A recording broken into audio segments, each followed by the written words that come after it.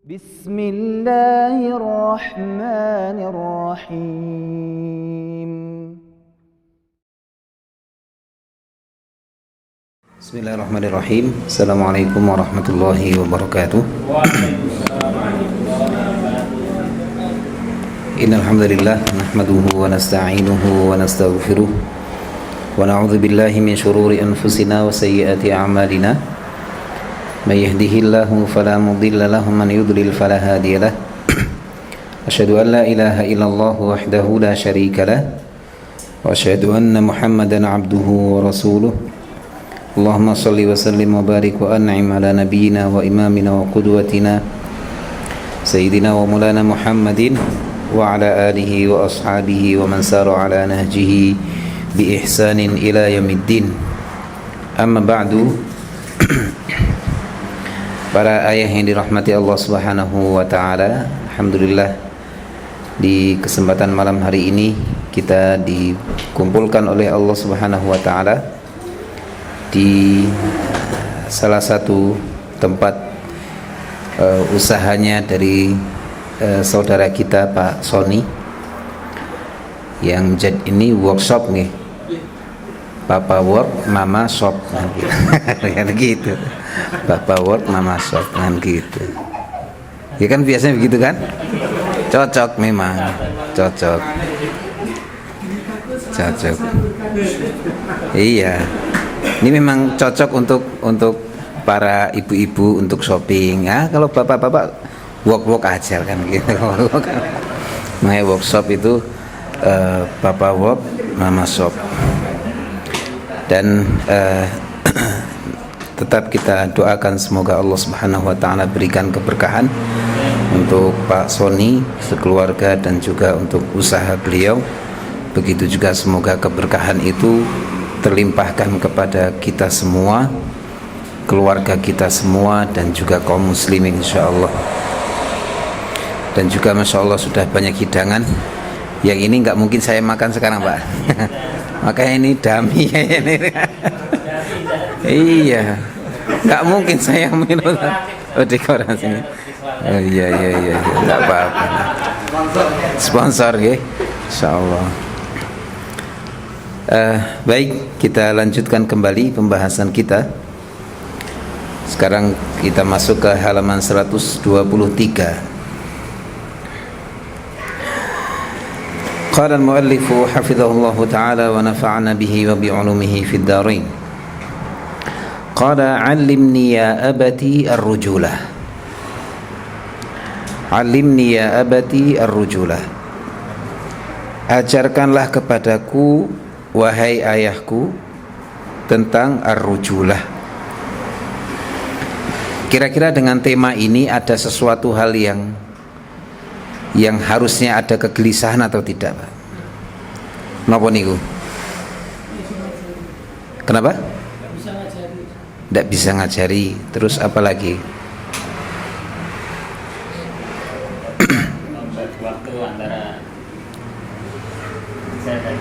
Membagi waktu antara kerja dan anak. Apalagi Pak?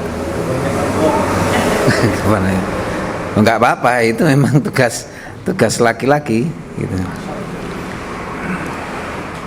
Tapi ketika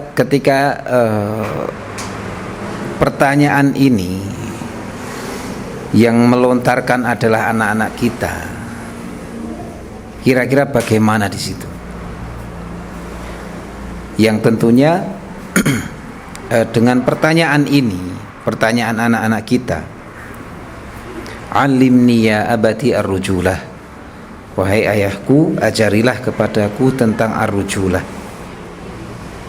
Maka ini akhirnya ada tugas yang besar bagi kita semua.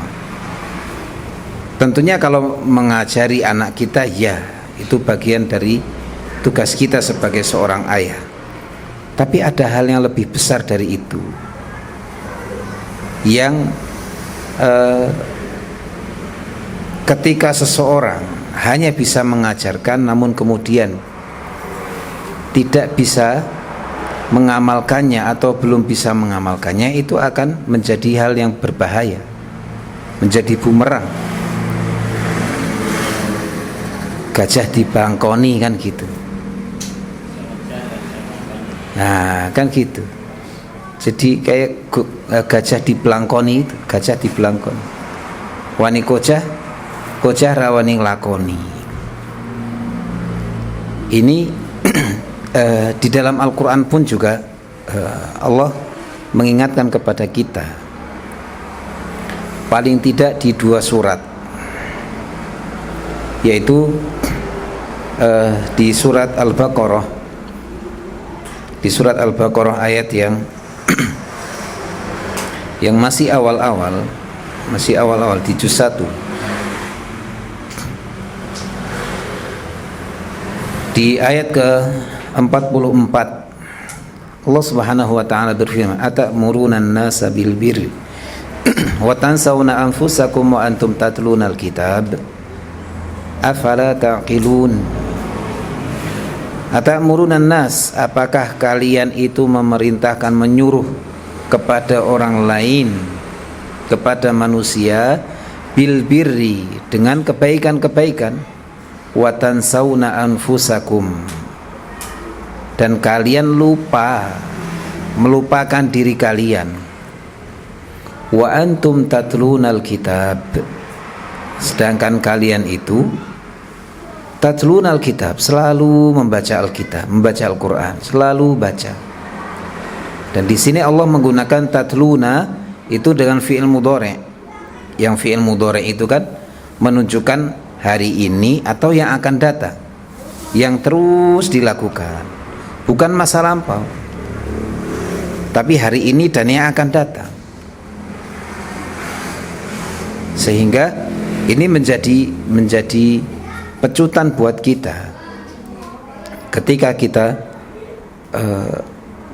berani untuk menyampaikan. Dan ini ancaman juga buat saya pribadi, ketika kita berani hanya menyampaikan namun belum bisa mengamalkannya, maka ini ada celaan dari Allah Subhanahu wa taala di akhir ayat itu, afala taqilun, apa kalian itu tidak berakal? Apa kalian itu tidak berakal sehingga beraninya tadi gajah dibelangkoni atau jarkoni, hanya menyampaikan, mau menyampaikan namun tidak mau mengamalkan. Dan lebih jelas lagi juga di dalam surat As-Saff, ya ayyuhalladzina amanu lima taquluna ma la taf'alun kabura maqtan 'indallahi an taqulu ma la taf'alun. Wahai orang-orang beriman, itu ayat keberapa? Ayat 2 kalau nggak salah. Wahai orang-orang beriman, lima taqulun, mengapa kalian mengatakan ma la taf'alun, apa yang kalian tidak lakukan? Kabura maqtan, sungguh murka Allah itu begitu sangat besar. Kabura maqtan indallah an taqulu ma la taf'alun, ketika kalian mengatakan namun tidak mengamalkannya. Maka pertanyaan itu, alimni ya abati ar-rujulah, itu akhirnya dan mengharuskan bagi kita untuk berusaha mengamalkan tentang bagaimana bisa menjadi para rijal. Ada sifat rujulah yang ada di dalam diri kita, sebelum kemudian kita mengajarkan kepada anak-anak kita tentang ar-rujulah itu. Namun juga bukan kemudian kalau begitu saya tak nanti aja loh, saya belum mengamalkan seutuhnya. Ya tidak seperti itu juga. Anak-anak kita juga semakin besar.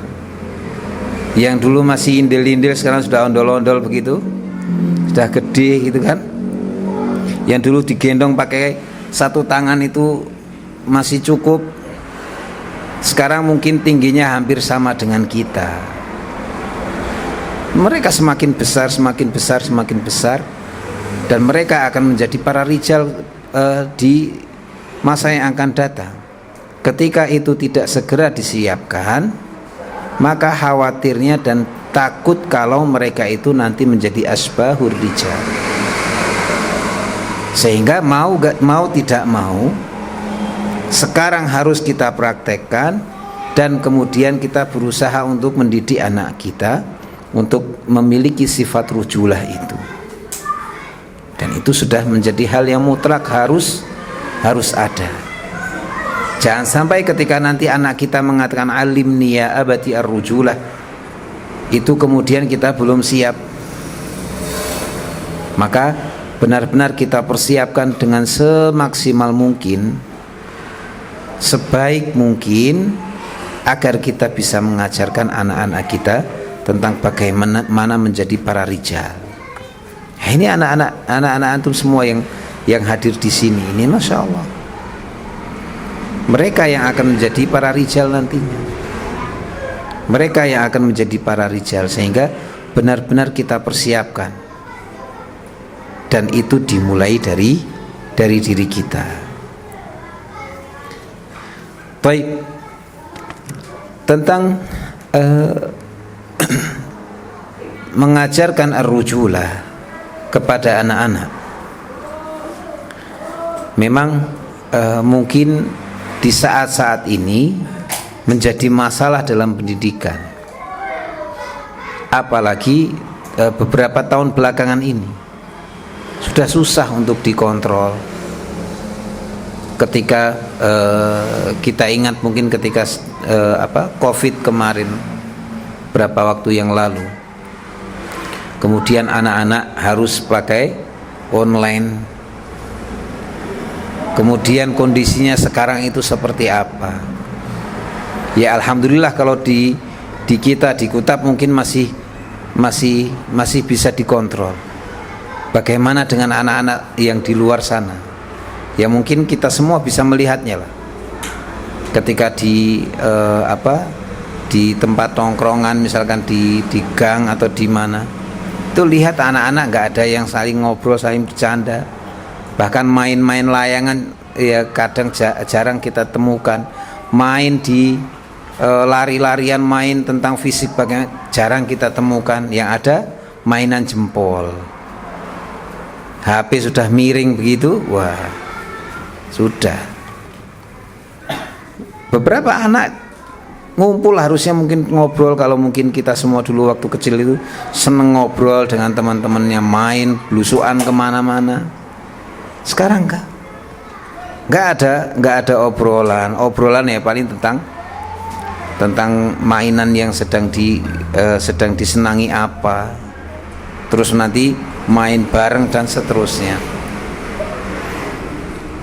Yang justru semua itu akan melemahkan dan menghilangkan sifat rujulah yang ada di dalam diri anak-anak itu. Karena yang ada nggak ada rasa keberaniannya, itu nggak ada. Ya nanti akhirnya jadi seperti jago kate gitu toh. Jago kate wanine neng omahe kan gitu. Neng kandange.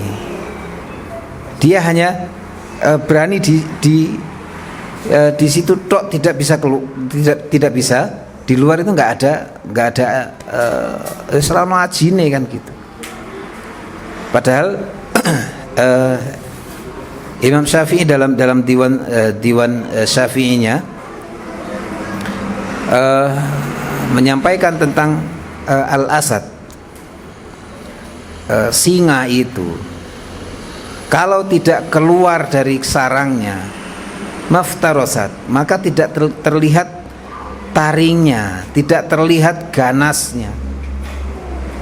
Seperti halnya anak panah yang tidak melesat dari busurnya, maka tidak akan pernah mengenai sasaran, dan tidak akan terkenal tuh panahnya seperti apa.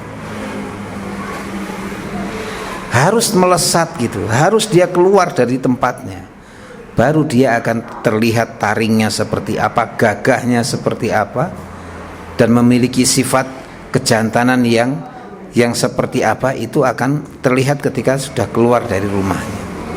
Kalau dikurung kemudian cuma main ya, yang penting menang, wah yang penting anteng, yang penting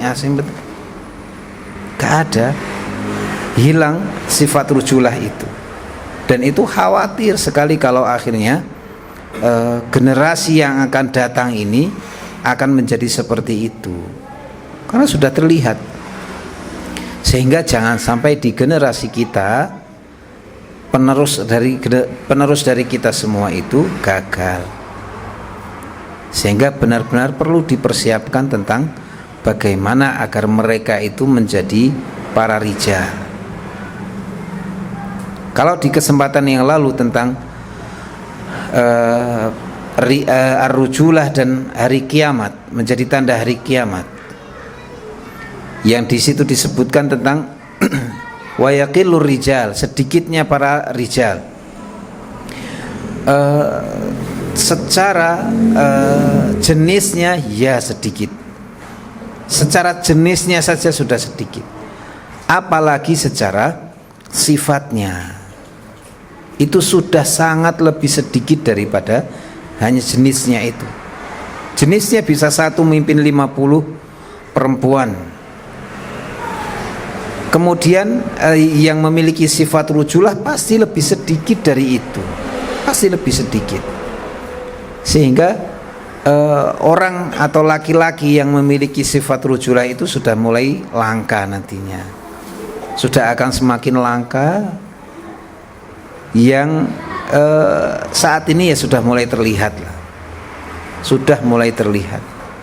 Maka perlu hati-hati dan perlu untuk kita terus mempersiapkan anak-anak kita agar mereka memiliki sifat rujulah itu. Nah, bagaimana cara untuk mengajarkan rujulah itu kepada anak-anak? Di antaranya di sini disebutkan yang pertama at-takniyah. At-takniyah, berkunyah, berkunyah, memberikan kunyah. Kalau kita misalkan kita berkunyah ya karena kita mungkin sudah punya anak. Lah anak-anak kita gimana? Anak-anak kita kan masih kecil, belum punya anak, belum balik lagi. Bagaimana berkunyahnya? Maka kita lihat bagaimana kisah dari saudaranya Anas bin Malik, saudaranya Anas bin Malik, yang diceritakan oleh Anas bin Malik radhiyallahu anhu. Beliau mengatakan kana Nabi sallallahu alaihi wasallam ahsanan nasi khuluqa. Nabi sallallahu alaihi wasallam itu orang yang paling baik akhlaknya di antara semua manusia. Wa kana li akhun, dan saya memiliki saudara laki-laki, kata Anas bin Malik, yuqalu lahu Abu Umair, yang dikatakan baginya itu namanya atau kunyahnya Abu Umair. Abu Umair. Kalau nama aslinya adalah Zaid. Nama aslinya Zaid. Zaid saudara Anas bin Malik dari Abu Thalhah, dari Abu Thalhah. Jadi beda bapak, beda bapak. Yuqalu lahu Abu Umair. Abu Umair namanya, kunyahnya. Qala ahsabuhu Fatiman. Wa kana idza jaa qala ya Aba Umair ma fa'ala an-Nughair. Ketika itu Zaid atau Abu Umair itu dia menangis karena dia punya usfur itu ya burung, kalau sekarang yang emprit lah gitu kan, burung emprit gitu, kecil atau burung yang kecil, dan karena nangis. Dan ketika Nabi SAW datang kepada Abu Umair bertanya, ya Aba Umair, wahai Abu Umair, ma fa'alan Nughair, apa yang terjadi dengan Nughair? Nughair itu tadi nama burungnya Abu Umair, burung empritnya itulah. Dan di sini Nabi SAW memberikan kunyah kepada Zaid, saudaranya Anas itu dengan kunyah Abu Umair. Kenapa sampai kemudian ada kunyah di situ? Karena ketika seseorang di kebiasaan orang Arab, ketika dia berkunyah itu menunjukkan bahwa dia itu memiliki misalkan anak misalkan, maka dia yang selalu bertanggung jawab mengurusi dan seterusnya, dan itu sebuah kebanggaan kunyah itu. Nah, kemudian ketika anak sudah diberikan kunyah dari kecil, maka sama seperti halnya orang dewasa, seperti bapak-bapak yang berkunyah memiliki anak, dia merasa ada tanggung jawab, dia merasa ada sesuatu yang harus selalu dijaga. Nah, ketika seorang anak itu kemudian diberikan kunyah, dia akan merasa bahwa dia punya tanggung jawab yang harus dia emban. Meskipun secara kenyataannya dia belum punya apa-apa, tapi tidak apa-apa, berkunyah meskipun tidak memiliki anak itu diperbolehkan. Contohnya siapa? Hah? Contohnya siapa yang berkunyah tapi tidak memiliki anak? Aisyah. Kunyahnya apa? Ummu siapa? Ummu Abdillah. Nah, iya, Ummu Abdillah. Jadi boleh berkunyah dengan meskipun tidak memiliki anak. Contohnya di ulama kita, misalkan Imam Nawawi namanya siapa, Pak? Kita tahu Imam Nawawi. Namanya siapa? Yahya bin Sharaf. Kunyahnya apa? Abu Zakaria. Imam Nawawi punya anak? Belum. Menikah gak? Beliau belum menikah. Tapi beliau berkunyah dengan Abu Zakaria.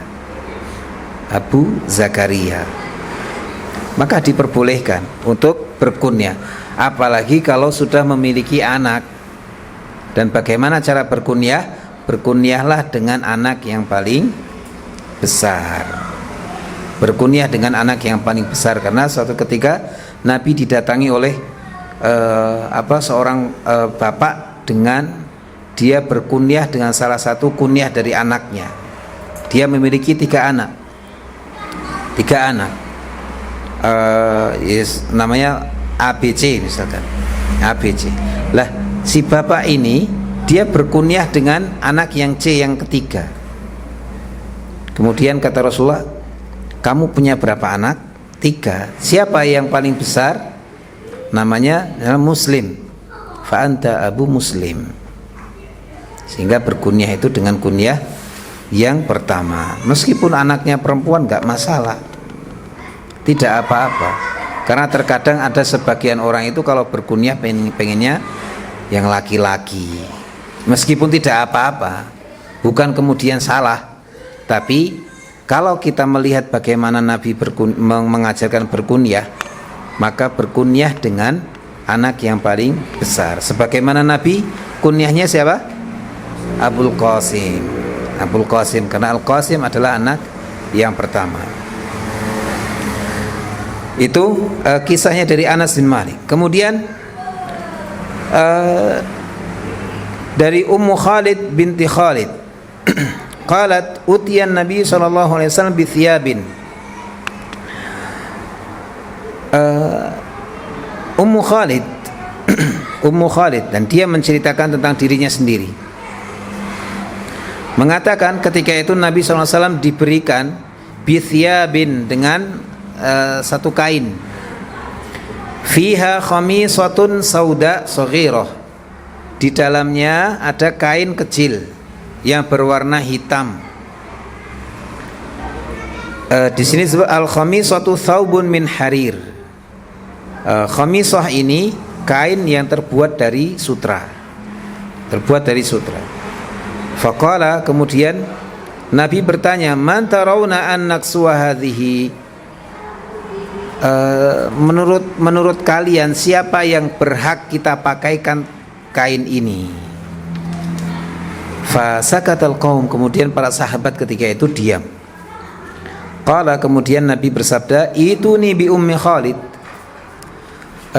berikanlah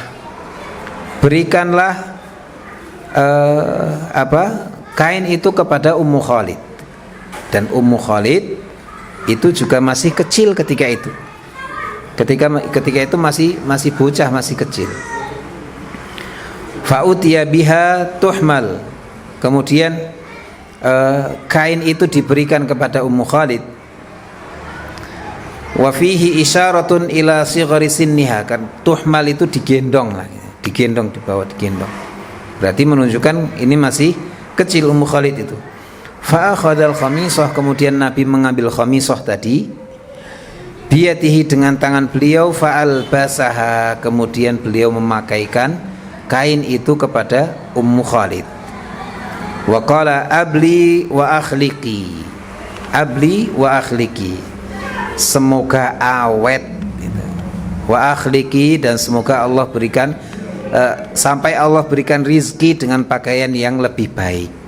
Semoga awet nanti, dan semoga nanti Allah berikan ganti yang lebih baik lagi. Wa kana fiha alamun akhdar au asfar, yang di kain itu ada coraknya yang berwarna hijau atau kuning. Faqala ya Umma Khalid, wahai Ummu Khalid, kata Nabi, hadza sanah, ini bagus buat kamu, ini bagus, dipakai, ini bagus buat kamu. Dan ketika itu Ummu Khalid sedang yang kondisinya masih kecil. Nah, buktinya masih digendong, dipangku oleh Nabi, kemudian Nabi memakaikannya. Kalau sudah besar kan nggak mungkin toh, nggak mungkin diambil, digendong atau dipangku kemudian dipakaikan, nggak mungkin. Dan ini menunjukkan ketika itu masih kecil dan boleh diberikan kunyah. Karena ini juga salah satu mengajarkan rujulah kepada anak-anak kita. Dan ternyata bukan hanya kemudian kepada anak laki-laki saja, namun juga kepada anak perempuan. Sebagaimana yang dulu awal-awal pernah kita bahas bersama, bahwa rujulah itu juga bisa ada di dalam diri seorang wanita. Ada di dalam seorang wanita juga ada. Salah satunya adalah contohnya Aisyah radhiyallahu anha. Beliau terkenal dengan sifat rujulahnya dengan kecerdasannya.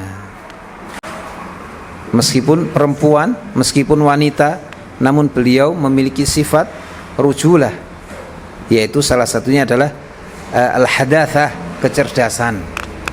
kecerdasan akal beliau yang begitu luar biasa. Itu yang pertama tentang kunyah. Kemudian yang kedua, akhdhuhu lil majami', membawanya di hadapan atau membawanya di perkumpulan orang-orang, sama seperti halnya kondisi kita saat ini. Maka boleh silahkan antum ketika kajian seperti bawa anak antum, boleh silahkan.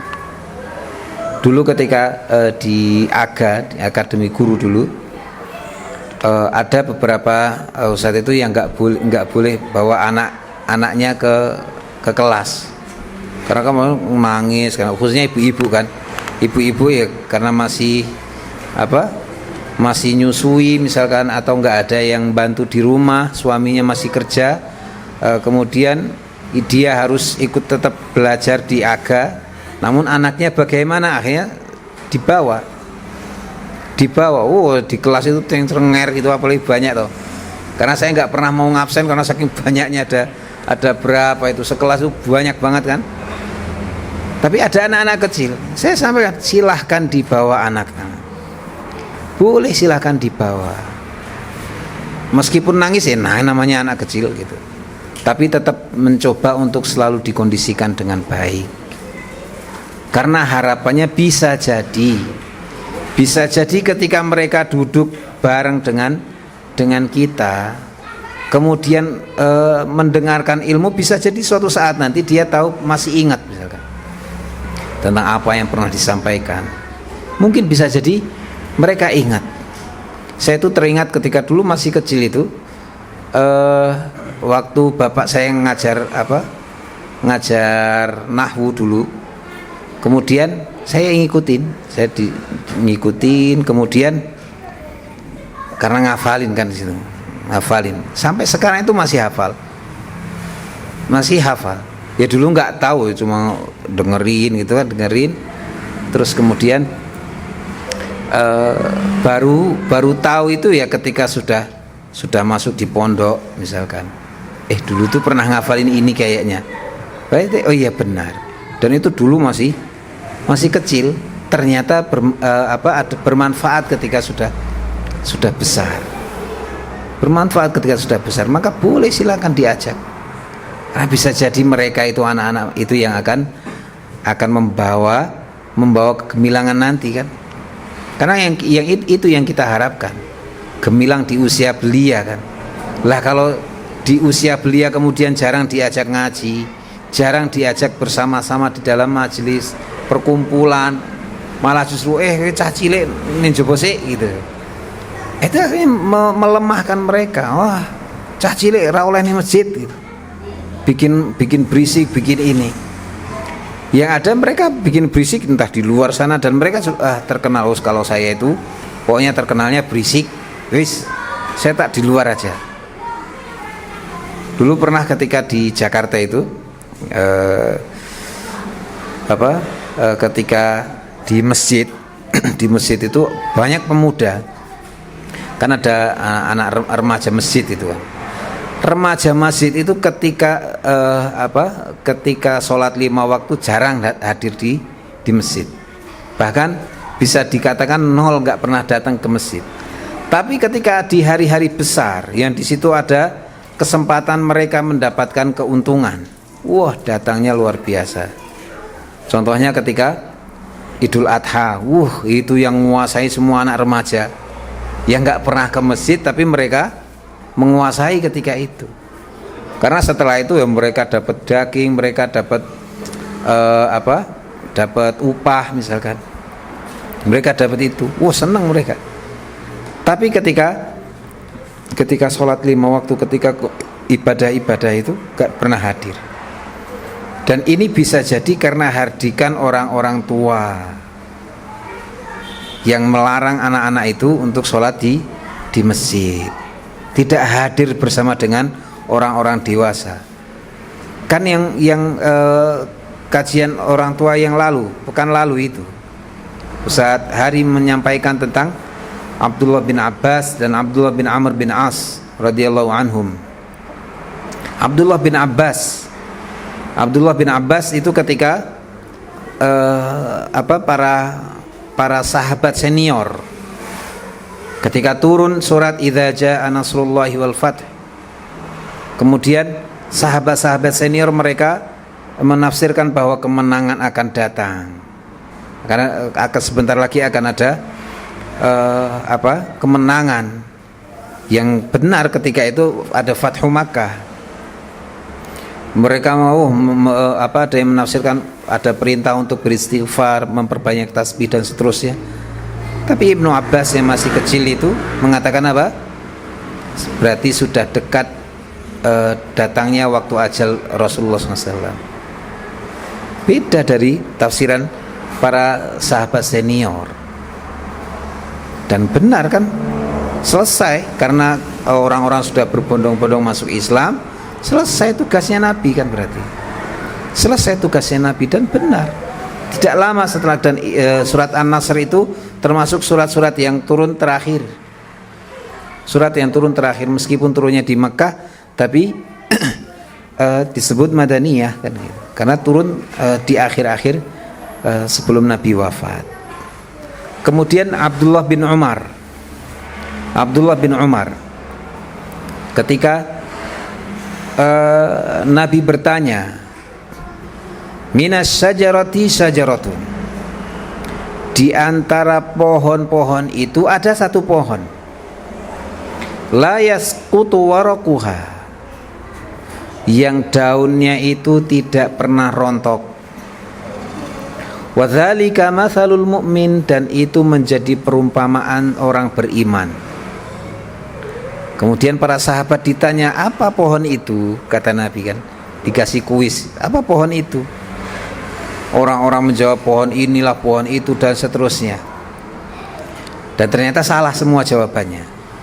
Semua sudah menyebutkan salah semua, hingga akhirnya Allah wa rasuluhu a'lam, kan gitu. Allah dan Rasulnya yang lebih tahu. Kemudian kata Nabi, pohon itu adalah syajaratun nakhlah, pohon kurma. Pohon kurma.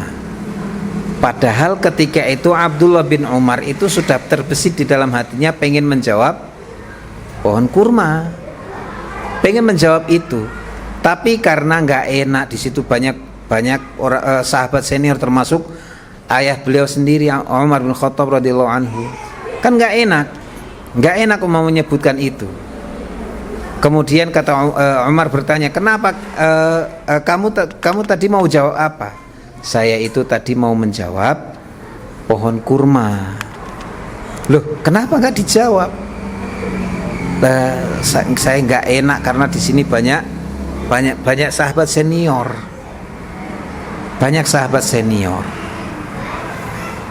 Padahal Umar akan lebih bangga ketika Abdullah bin Umar itu, anaknya itu, menjawab dan berani menjawab meskipun salah. Dan itu menjadi kebanggaan bagi orang tua, kan, ketika di dalam forum di situ banyak senior, banyak orang-orang dewasa, kemudian ada anak yang berani menjawab, berani menyampaikan. Itu sebuah kebanggaan. Dan itu tidak akan terjadi kalau tidak dihadirkan anak-anak itu di majelis-majelis orang-orang dewasa. Maka sesekali silahkan diajak. Atau ketika sedang meeting misalkan, tapi ya ketika itu yang punya perusahaan antum misalkan, kan gitu. Kalau antum di situ karyawan di situ, antum meeting ajak anaknya, ya malah wassalam, kan gitu. Wassalam. Ketika misalkan antum ngajak meeting sesekali, anak antum diajak, didudukan di satu tempat, kemudian dikenalkan, ini anak saya. Anak kan merasa, saya kok duduknya di orang-orang besar, saya kok duduknya di kondisi sedang rapat. Nah, anak itu akan mulai bisa berpikir, berarti saya dianggap nih, saya itu dianggap berarti ini. Bukan seperti halnya anak kecil, meskipun bagaimanapun anak itu pasti di mata orang tua pasti kecil toh. Pasti kecil. Antum di mata orang tua antum misalkan, tetap anak kecil yang dulu digendong dulu ini, meskipun sudah gede, sudah punya anak, bahkan sudah punya putu, kan. Orang tua antum menjadi buyut misalkan, tapi tetap antum di mata orang tua itu pasti kecil. Itu secara keumuman. Namun bagi orang-orang yang mengerti bagaimana memposisikan anak itu, maka dia akan tahu, akan bisa memposisikan anak itu di mana. Bahkan tentang keilmuan, bisa jadi anak itu bisa menjadi yang terdepan dibandingkan dengan orang tuanya. Dan anak yang tahu juga akan memahami bagaimana posisi dia meskipun dalam kondisi yang di puncak atau di atas. Karena Allah Subhanahu wa taala berfirman, "Wakhfid lahuma janahadz-dzulli minar rahmah." Kan gitu. Rendahkanlah kedua sayapmu di hadapan kedua orang tua itu dengan kelembutan, meskipun janah itu Allah mengungkapkan dengan janah, Sayap itu kan kalau dikepakan lebar, panjang, luas, menunjukkan tentang wibawa dan seterusnya. Tapi di hadapan orang tua tutuplah itu, jangan dikepakan, jangan ini loh gitu. Seperti yang pernah dikisahkan tentang Imam Abu Hanifah dengan ibunya itu kan, tetap Imam Abu Hanifah tetap menunduk meskipun beliau ada imam Ahlu Kufah. Beliau menjadi imam di Kufah ketika itu, dan nggak ada orang yang bisa berfatwa kalau Abu Hanifah masih ada. Tapi beliau tetap merendah karena beliau tahu kedudukan beliau di hadapan orang tua itu seperti apa. Maka memposisikan mengajak anak-anak kita hadir di majelis-majelis orang tua, orang dewasa, itu juga menjadi salah satu cara untuk mengajarkan rujulah. Kan bangga, ini kumpulannya para ayah-ayah keren nih gitu. Saya ikut di situ gitu. Apalagi ditanya, "Nak, apa ditanya misalkan suruh jawab, terus kemudian dia jawab meskipun salah misalkan. Tapi dia nanti mungkin ketika ketemu teman-temannya akan ada rasa bangga, semalam loh aku diajak ayah ngumpul bareng sama orang-orang besar, orang-orang dewasa loh. Ini aku tuh udah dewasa kan gitu, meskipun dengan kondisi anak-anak seperti itu. Tapi sudah ada memiliki sifat itu, sudah ada rasa. Tapi bukan kemudian mengajarkan gumede, bukan untuk mengajarkan gumede, tapi bagaimana terus menumbuhkan bahwa anak-anak itu juga mereka akan berada di posisi itu suatu saat nanti, yang mereka harus punya sikap, mereka harus memiliki sifat yang bisa bisa digunakan ketika berada di tempat-tempat seperti itu. Kalau nggak ada sifat rujulah, ngadepin orang-orang banyak ya geledak kan gitu. Ngadepin orang-orang ya, mau ngelamar kerja diantar sama orang tuanya kan gitu. Mau ngelamar anak orang, nggak berani, repot kayak gitu. Sehingga memang perlu dilatih dari sekarang. Kemudian di sini disebutkan ma jaa an Muawiyah bin Qurrah an abihi kana Nabiullah idza jalasa yajlisu ilaihi nafarun min ashabihi. Nabi SAW ketika beliau duduk, maka di sekeliling beliau akan duduk beberapa orang sahabat. Wa fihim rajulun, dan ketika itu di antara mereka itu ada seorang laki-laki lahu ibnun shaghir, yang punya anak kecil. Ya'tihi min khalfi dhahrihi, yang tahu-tahu datang dari belakang punggungnya. Fayuqiduhu baina yadayhi, kemudian Nabi mendudukkannya di hadapan Nabi.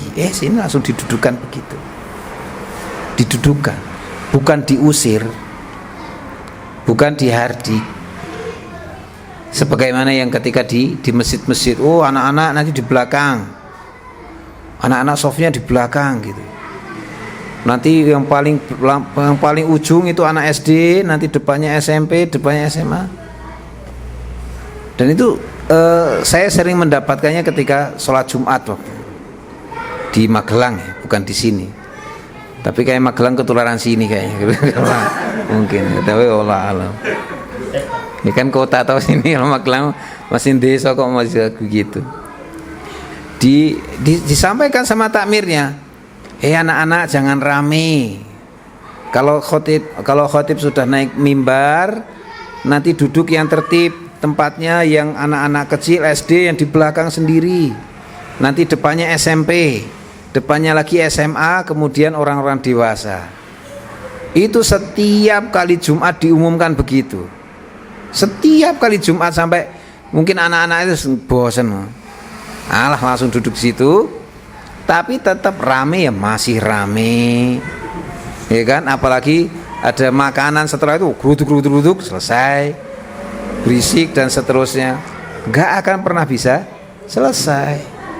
Ketika sikap dari orang tua, orang dewasa masih seperti itu. Padahal kan bisa diajak masuk ke dalam, ke depan, kemudian dihapit orang-orang dewasa. Nggak mungkin mau berisik dihapit begitu. Kalau ngumpul ya selamanya akan ngobrol, selamanya akan ngobrol, sampai gede pun juga akan ngobrol. Makanya banyak orang-orang yang sudah gede pun juga di pojok-pojok, ya kan, ngobrol. Nah, kalau sudah ngobrol apa kata Nabi? Faqad laghut. Ya sudah, sia-sia Jumatannya, nggak dapat fadilah Jumat. Tapi tetap harus sholat Jumat kan gitu. Tapi nggak ada fadilah keutamaan mendapatkan keutamaan Jumat ketika itu. Maka mendudukkan anak kita di perkumpulan orang-orang dewasa itu juga bagian dari mengajarkan rujulah. Kemudian selanjutnya qasasus salaf, menceritakan tentang ulama salaf, mengkisahkan tentang ulama salaf. Dan ini juga bagian dari untuk menumbuhkan sifat rujulah dalam diri seorang anak, untuk memunculkan bagaimana sikap keberaniannya ketika dikisahkan tentang kisah heroik dari para nabi, kisah heroik dari para sahabat, para ulama dan seterusnya. Mereka akan semangat luar biasa. Bukan seperti kisah-kisah sekarang atau cerita-cerita saat ini, dongeng misalkan kan gitu, dongeng. Dan dongeng di dalam Al-Quran disebut loh, asatirul awwalin kan gitu. Asatirul awwalin itu dongeng-dongeng orang dulu gitu, dongeng. Tapi kalau dalam Islam itu bukan dongeng tapi qasas. Makanya ada surat Al-Qasas, karena kisah kan, dan kisah itu nyata. Kalau dongeng ya fiktif begitu toh. Ada orang yang punya 3 cakar misalkan kan gitu, ya kan, terus jadi kayak jadi bisa terbang padahal pakai celana dalamnya di luar kan gitu. Ya Allah, itu mungkin kalau diajari adab Islam, misalnya pakai celananya di dalam nggak bisa terbang kali-kali. Maksudnya jimatnya di situ, jimatnya di situ. Itu mustahil ada. Makanya dari dulu sampai sekarang kan terus berkembang, bagaimana berkembang, nggak ada habis-habisnya. Tapi kalau dikisahkan bagaimana kisah heroik dari misalkan Saifullahil Maslul, pedang Allah yang terhunus itu siapa? Khalid bin Walid. Ketika perang nggak pernah kalah.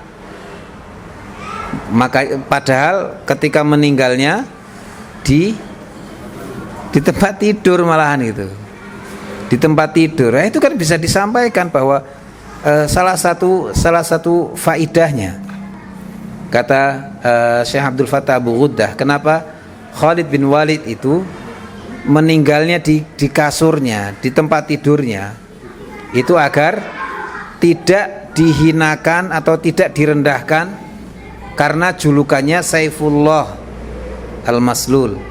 Bagaimana kalau Saifullah kemudian kalah? Ya kan gitu. Kalau Saifullah kok kalah ya berarti pedangnya Allah kalah kok gitu. Ketika perang kok kalah kan gitu. Tapi ternyata meninggalnya di tempat tidur. Meskipun Khalid itu pengen terbunuh kan gitu. Pengen terbunuh, tapi meninggalnya akhirnya di kasurnya. Dan tetap disebut dengan syahid. Tetap disebut dengan syahid. Karena Masya Allah selalu memegang pedangnya Allah itu dan tidak pernah terkalahkan.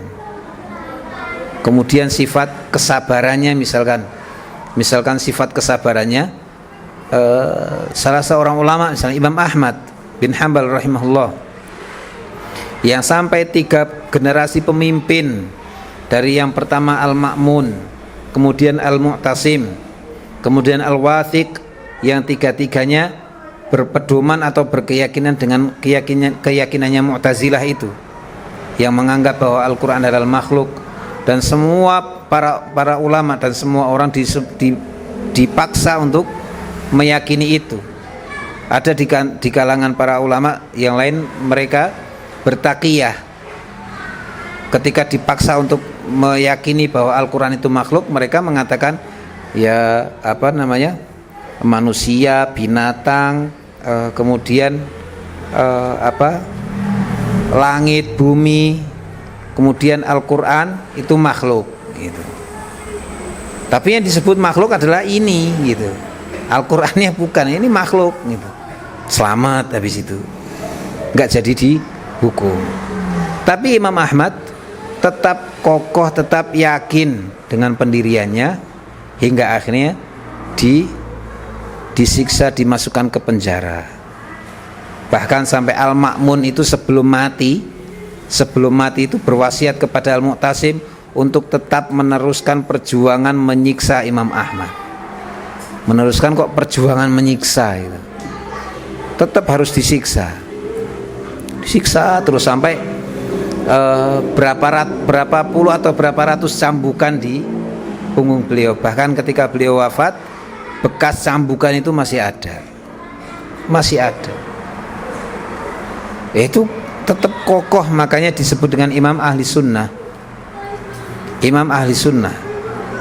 Imamnya Ahlu Sunnah, karena Ahlu Sunnah meyakini bahwa Al-Quran makhluk, dan Imam Ahmad tetap kokoh pendiriannya. Dan ketika beliau sebelum wafat, salah satu putra beliau yang selain Abdullah itu, putra beliau itu mendapatkan bantuan dari khalifah ketika itu, dan itu nggak apa-apa, mendapatkan bantuan, tunjangan.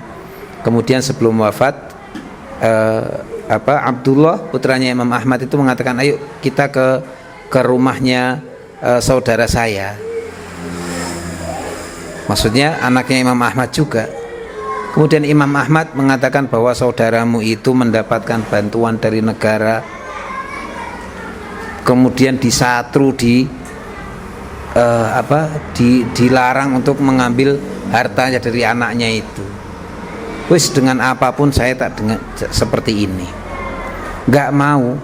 Saking benar-benar menjaga wibawanya Imam Ahmad itu sampai seperti itu. Dan banyak sekali tentang kisah-kisah ulama salaf, termasuk dari Ali Zainal Abidin rahimahullah, cucunya Ali bin Abi Thalib. Beliau mengatakan, kunna nu'allamul maghazi kama nu'allamul Qur'an. Kami itu diajari peperangan Nabi sebagaimana kami diajari Al-Quran. Diceritakan, dikisahkan tentang peperangan Nabi seperti apa, agar muncul rasa heroik itu.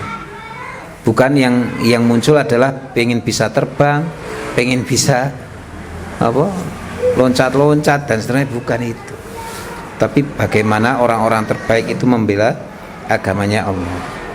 Kemudian selanjutnya ada al-adab, mengajarkan adab kepada anak-anak kita.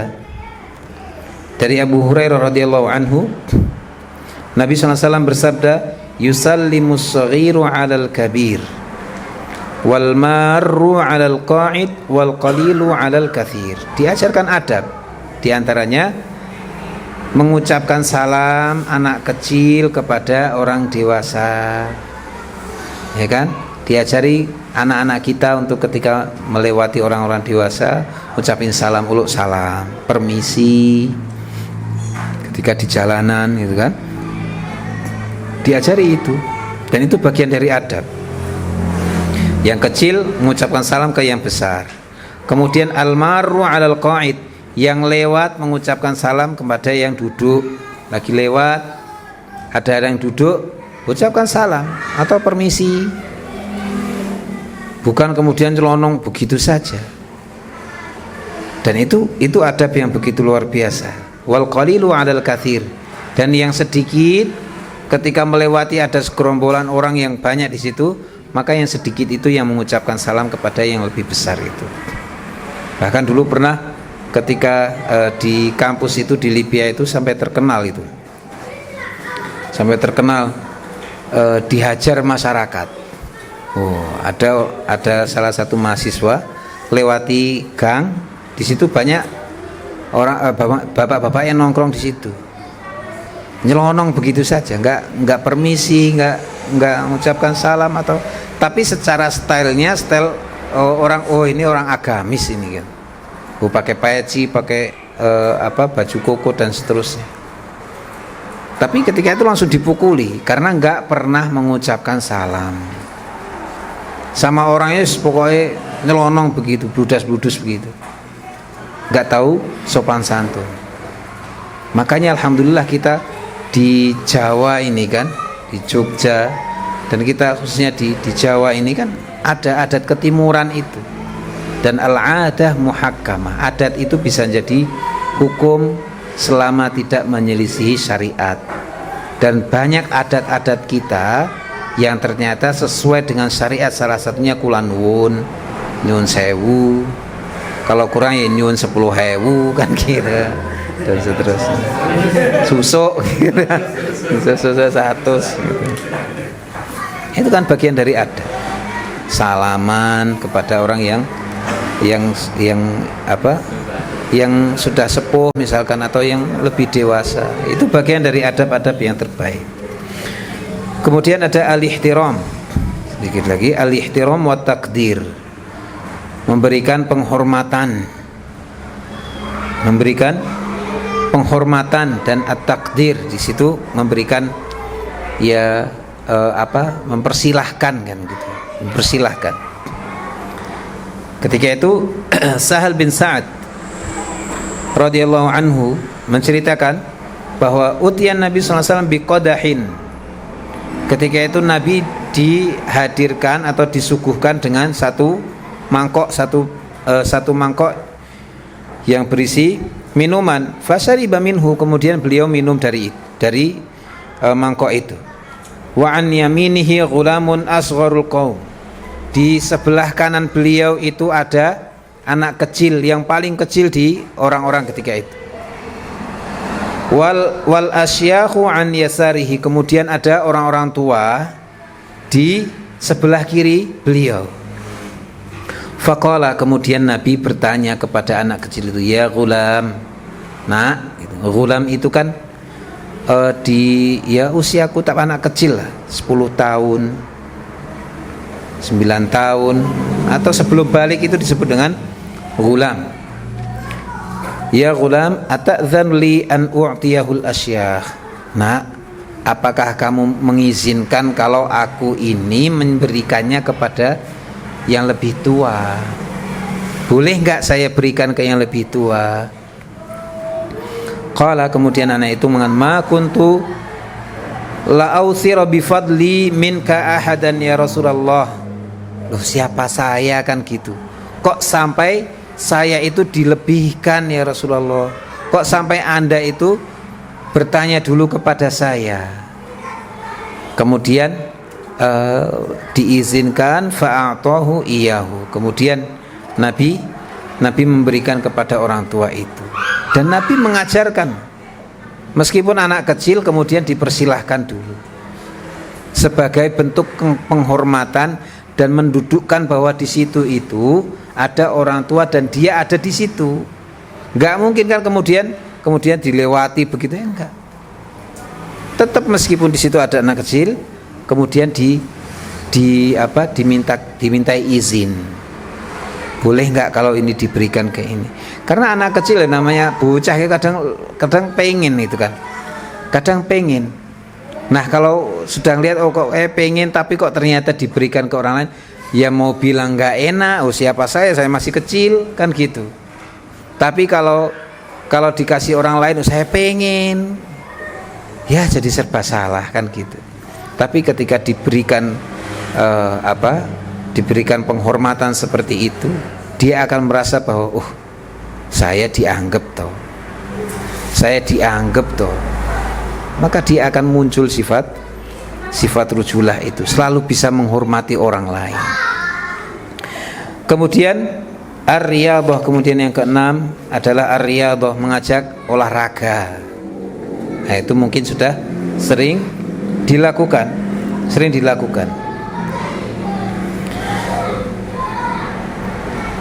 Sebagaimana kisahnya dari Abi Umamah bin Sahal qala kataba Umar ila Abi Ubaidah ibn al-Jarrah an 'allimu ghilmanakum al-'aum. Umar bin Khattab radhiyallahu anhu menuliskan surat kepada Abu Ubaidah bin Jarrah agar atau memerintahkan agar diajari anak-anak kalian itu al-'aum. Al-'aum olahraga, masuk renang kah atau memanah gitu. Itu diajari atau naik kuda. Kemudian yang ketujuh al-bu'du 'anil muyu'ah. Al-bu'du 'anil muyu'ah, menjauhkan dari al-muyu'ah. Al-muyu'ah itu kecondongan dari yang lain atau tidak sesuai dengan kepribadiannya. Seperti kalau laki-laki jadi agak melambai atau perempuan jadi tomboy, itu harus dihindari. Termasuk dari awal adalah dengan bagaimana memberikan pakaiannya. Lu anak-anak kecil, anak laki-laki kok dikasih baju pink ya, kan nggak cocok. Atau anak perempuan dikasih bajunya yang gambarnya robot misalkan, atau bajunya gambarnya yang memang laki-laki, nggak cocok. Yang laki-laki kasih gambarnya bunga-bunga, ya jangan. Dari hal itu saja sudah harus dibedakan, apalagi dari sifat. Berapa waktu yang lalu itu saya COD itu kan, saya COD-an sama orang. Wah, ini kok namanya kok perempuan kan gitu. Akhirnya saya ajak istri saya. Tapi kok kayaknya dari fotonya kok meragukan begini ya saya. Wah, pas datang itu terus kemudian dikasih tahu tempatnya di sini. Saya sama istri, apa itu yang gede itu apa ya gitu. Kok orangnya gede banget gitu. Kakinya tuh kayak SGM gitu loh. Sikil gebuk maling yang gede banget. Tangannya kok wah kok gede banget ini. Pas datang, wah iya ternyata jadi-jadian kan gitu. Waduh, rambutnya kemana-mana itu kan, itu waduh, kok begini tapi pakai kerudung yang kayak itu. Wah ini bahaya gini kan. Yes, wah ini kacau sekali. Udah gitu sepatunya sepatu high heels itu yang luncip gitu. Wah, tapi kok sikilnya SGM, tangannya juga wah rangwati begitu. Waduh ini ternyata itu ada hal yang nggak enak. Dan COD-nya itu kan jual apa namanya slow cooker itu kan. Masa ibu-ibu pantas, oh ini namanya perempuan. Ternyata yang mikirnya kan, oh ini paling buat anak itu kan, buat anak nanti biar tetap bisa masak gitu. Lah kok malah waduh itu susilo kan gitu ternyata. Susilo. Waduh itu benar ternyata, subhanallah. Nah itu sudah ada kecondongan di situ. Maka hindari dari anak-anak seperti itu, seperti memakaikan kalung, anting dan seterusnya. Termasuk tato. Tato itu kalau di zaman dulu itu kebiasaannya perempuan. Makanya kan dalam hadis Nabi menyebutkan la'anallah al-wasimata wal mustausimah. Allah melaknat wanita yang ditato dan wanita yang minta ditato. Dan para ulama menjelaskan bahwa ini menunjukkan bahwa di zaman dulu itu yang ditato itu perempuan. Nah sekarang kok katanya lebih gentleman itu kalau tatoan. Padahal itu bukan. Yang ditato itu biasanya perempuan. Makanya ketika ada walimah atau apa itu kan biasanya perempuan-perempuan pakai dilukis gitu kan tangannya, dilukis, diukir apa, dihina, ya, dan seterusnya diukir begitu. Ya itu biasanya perempuan. Lah kok sekarang kok jadi ciri khasnya laki-laki. Bahkan kalau ada wanita yang ditato, tomboy gitu. Loh memang aslinya itu, tapi sudah mulai dirubah. Dan yang menyambung rambut misalkan itu juga perempuan. Sekarang laki-laki kok pakai sumbu kompor disambung-sambung itu. Kan itu toh. Yang maneman kalau dikeramasi itu, wah ya Allah, dikomtok itu. Itu kebiasaan dan itu terlaknat. Makanya lanjutannya la'anallahul wasilata wal mustausilah. Allah melaknat juga wanita yang menyambung rambutnya dan yang meminta disambung. Sekarang kok malah kebalik gitu. Maka hindari.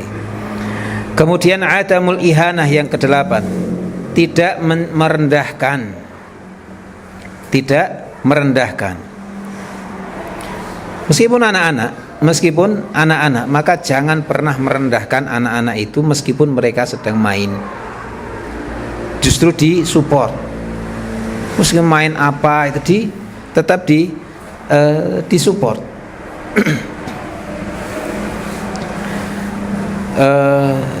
Misalkan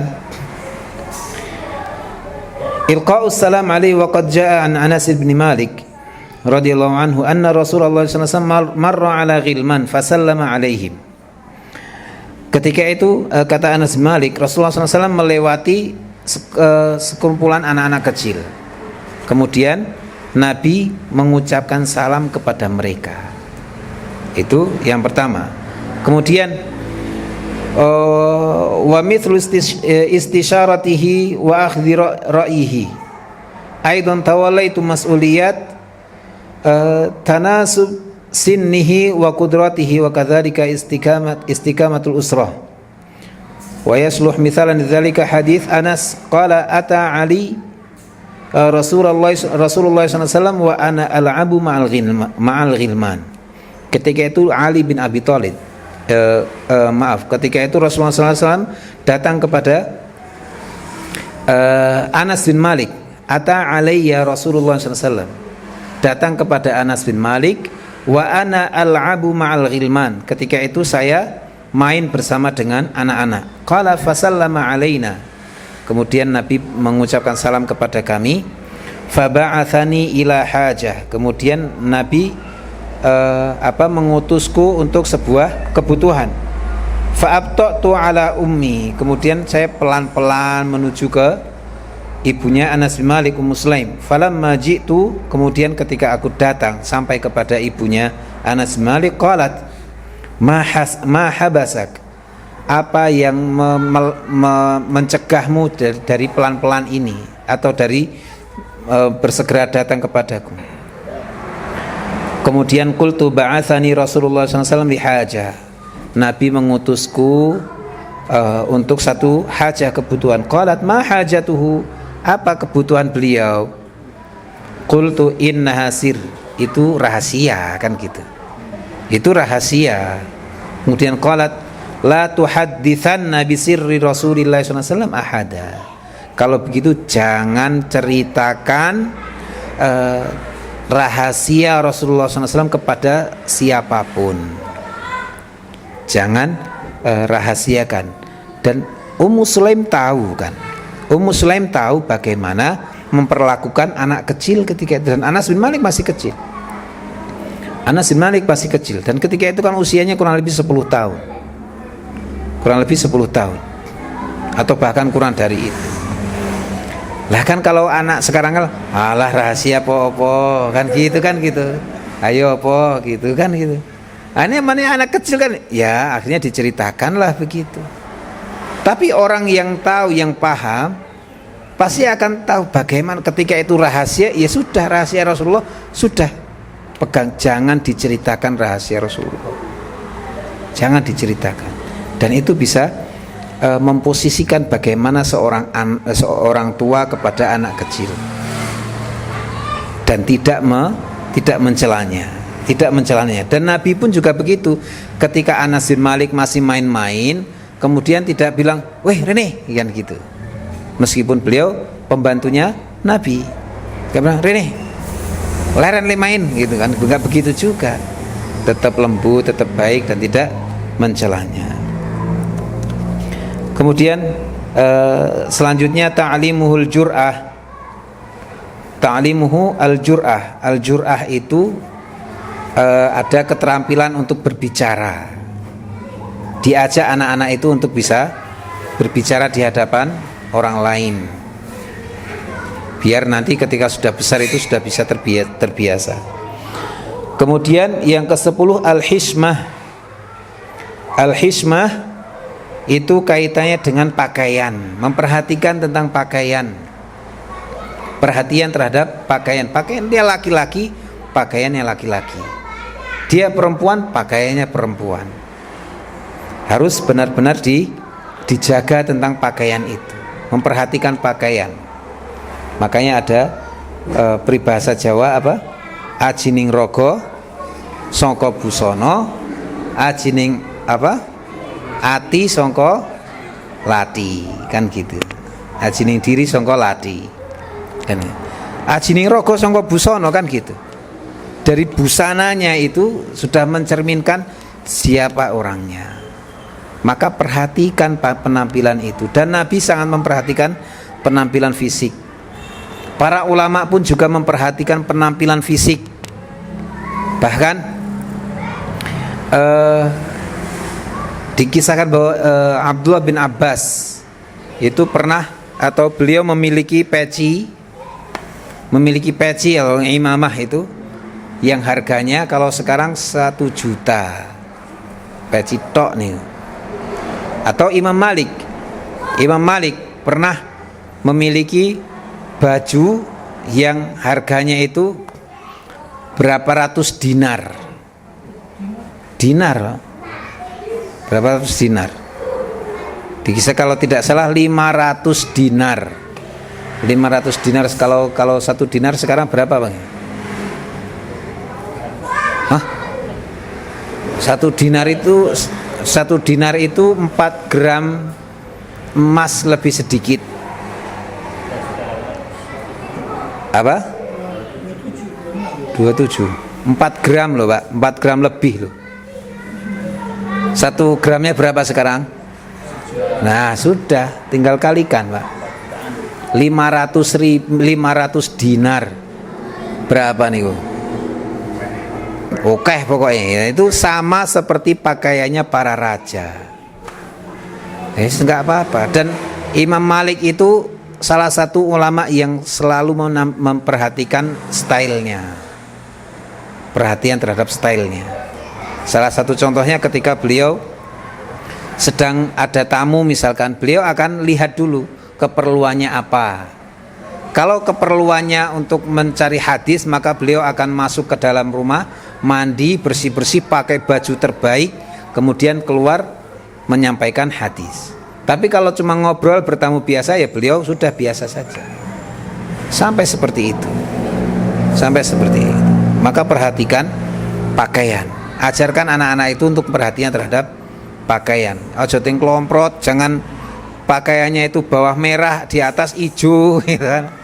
Ya yang inilah, yang apa? Yang pas gitu loh, yang pas gitu. Kalau dulu tuh teman di kampus itu dari Mali, dari Afrika itu pakaiannya warna-warni gitu, kayak pelangi gitu. Kok kaosnya kok begini? Ya mungkin kalau kayak kita kan lihat pede banget gitu loh. Warnanya ngejreng banget itu, yang hijau-hijau pupus gitu, atau warnanya meling. Wah, ini Masya Allah. Tapi ya nggak apa-apa, mungkin memang tradisinya mereka begitu.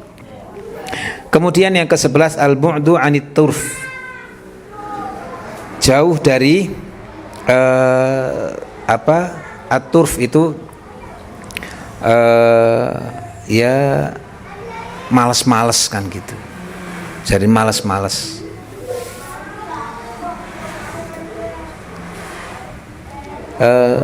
ajarkan kepada anak-anak itu agar jangan sampai malas. Ya diajaklah misalkan di pekerjaan atau apa, atau ajaklah anak-anak kita misalkan untuk kita mencari makan, misalkan mancing misalkan gitu kan, jangan mager, atau main gerak kan gitu, jangan. Misal mancing nanti setelah dapat diolah, dimakan, mereka akan mendapat ternyata harus ada usaha dulu, mereka agar jauh dari malas itu. Apalagi sampai akhirnya nganggur, jadi ada molimo ketika sudah besar itu. Molimo itu apa? Molimo apa? Madep, mantep, mangan, melu, morotuwo kan gitu. Wah repot tuh. Madep, mantep, mangan, melu, morotuwo gitu. Jangan kan gitu, menyusahkan.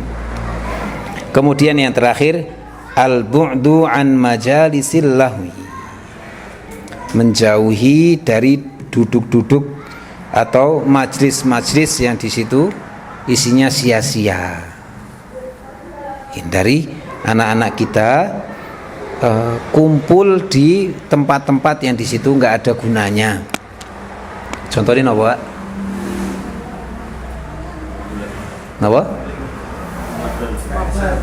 Mabar. Nek pos kampling ngapain dulu tuh kalau malam-malam melu rondo ya monggo. Ya kan? Boleh, terkadang misal diajak rondo ya enggak apa-apa, untuk menjaga toh. Untuk menjaga. Tapi rondo tenanan, bukan main gaple kan gitu, atau main karambol, ya jangan. Tapi menjaga, dan menjaga ribat itu kan sebuah amalan yang begitu luar biasa. Ya ayyuhalladzina amanusbiru wasabiru warabitu, kan gitu. Wattaqullaha la'allakum tuflihun. Di akhir surat Ali Imran itu, wahai orang-orang beriman, bersabarlah, berlomba-lombalah dalam kesabaran. Warabitu, menjaga di situ. Ar-ribat, menjaga perbatasan, menjaga keamanan. Itu juga bagian dari ibadah. Maka ya boleh ajarkan anak-anak kita untuk sesekali, jangan berkali-kali, karena begadang juga kata Pak Haji Roma juga nggak boleh kan gitu. Termasuk Nabi juga nggak membolehkan, karena Nabi membenci ngobrolan setelah sholat Isya, kecuali kalau ada perlunya kan gitu. Wallahu alam bisawab. Ini yang bisa disampaikan, mohon maaf atas segala kekurangan. Wassallallahu ala nabiyina Muhammadin wa ala alihi wa sahbihi wasallam. Alhamdulillahirabbil alamin. Saya kembalikan ke Pak Azam. Assalamualaikum warahmatullahi wabarakatuh. Ya, Ustaz, tadi tentang salam itu, Ustaz. Apakah salam itu termasuk yang tadi kolonun lokal gitu, Ustaz, atau memang asalnya yang seperti apa? Kadang-kadang kalau pengalaman saya sendiri, assalamualaikum malah nggak jawab gitu, malah wagu gitu untuk di kalangan yang tertentu gitu. Malah dijawabnya monggo gitu, Ustaz. Yang penting jangan misi om gitu ya. Nanti kalau misi om gini-gini, misi om.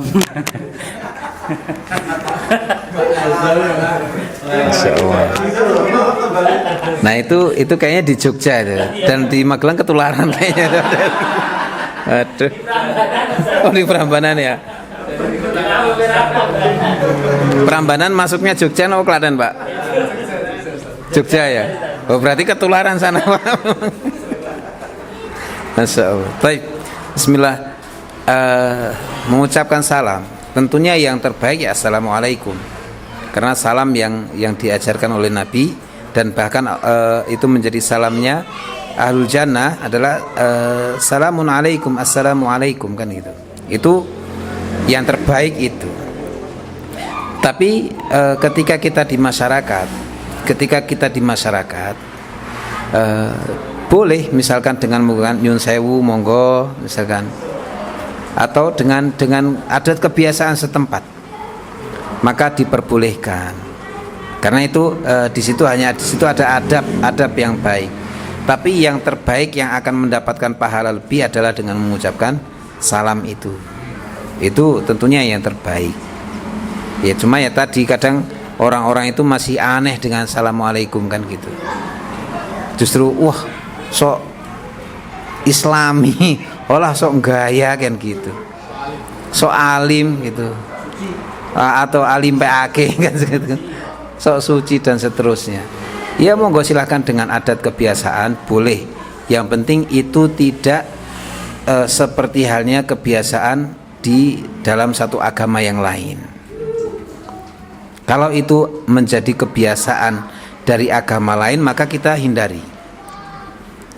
Kulon nuwun atau nyuwun sewu itu kan bukan dari satu agama toh. Kalau setahu saya ya gitu. Tapi kalau kemudian ada ucapan yang di situ adalah bagian dari agama orang lain, maka jangan pakai itu, hindari. Karena man tasyabbah biqaumin fahuwa minhum, kan gitu. Maka hindari hal-hal seperti itu. Wallahu a'lam. Oke, tetap ada alhamdulillah yang bertanya.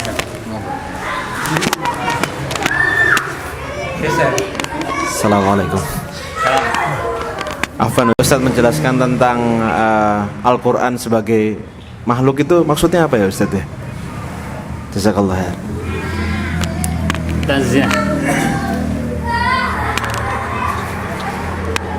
Ya, itu adalah sebuah keyakinan yang dibawa oleh Al-Ja'du di zaman Muhammad bin Marwan, di khalifah terakhir dari dinasti Umayyah. Kemudian ketika itu Al-Ja'du itu dipenggal, dihukum. Karena ketika itu masih pemerintah ketika itu masih berakidah Ahlussunnah, dihukum, dibunuh. Kemudian tapi keyakinan itu sudah mulai berkembang. Makanya ada muridnya Al-Jahm bin Sofwan, itu pentolannya Mu'tazilah. Kemudian ada juga Wasil bin Atha, itu pentolannya Mu'tazilah. Tapi Wasil bin Atha itu juga bukan orang yang bodoh. Wasil bin Atha itu orang yang cerdas. Suatu ketika Wasil bin Atha itu pengen direndahkan, pengen dihinakan, karena Wasil bin Atha itu orangnya cadel, nggak bisa bilang ro, bukan r, karena orang Arab nggak bilang r toh, ro, nggak bisa bilang ro. Kemudian disuruh khutbah di hadapan masyarakat semua, dan tahu bahwa ketika itu untuk merendahkan Wasil bin Atha. Namun ternyata karena kecerdasannya luar biasa itu, Wasil bin Atha berkhutbah dalam khutbahnya itu gak ada huruf ro, bukan r. Coba, itu bisa, itu bisa. Artinya mereka juga bukan orang-orang yang bodoh. Dan keyakinan Mu'tazilah, mereka sebenarnya keyakinan mereka tauhid, tapi tauhid mereka berusaha menafikan sifat-sifat Allah, bahwa Allah itu tidak berbicara misalkan. Mereka menafikan itu, dan mereka menganggap kalau Allah berbicara berarti sama seperti makhluk, kan gitu. Maka mereka berusaha menafikan itu. Namun ternyata itu justru malah salah. Sehingga mereka berkeyakinan bahwa Al-Quran itu bukan kalamullah, Al-Quran itu makhluk gitu. Mereka mengatakan Al-Quran itu makhluk karena tadi mereka berusaha menafikan tentang sifat Allah, salah satunya Al-Mutakallim, Allah itu yang berbicara. Maka mereka menghilangkan itu. Mereka mau menghilangkan sifat itu. Tujuan mereka untuk mensucikan, membersihkan nama Allah, tapi justru malah merusak. Karena Allah sendiri Al-Mutakallim, Allah sendiri yang berbicara dengan Al-Quran itu. Dan keyakinan Mu'tazilah ketika itu mereka meyakini bahwa Al-Quran itu bukan kalamullah. Sedangkan Ahlu Sunnah meyakini bahwa Al-Quran kalamullah. Makanya orang-orang Mu'tazilah, dan ketika di zamannya Al-Ma'mun, yang ketika itu Imam Ahmad di penjara itu disebarkan oleh Ahmad bin Abi Du'ad. Ahmad bin Abi Du'ad itu yang selalu menyampaikan bahwa Al-Quran itu makhluk dan bisa masuk ke kekhalifahan dan bisa menjadi penasihat, sehingga orang-orang yang berseberangan keyakinannya semua dihukum, termasuk Imam Ahmad. Itu untuk memegang bahwa Al-Quran itu kalamullah, bukan makhluk. Wallahu a'lam.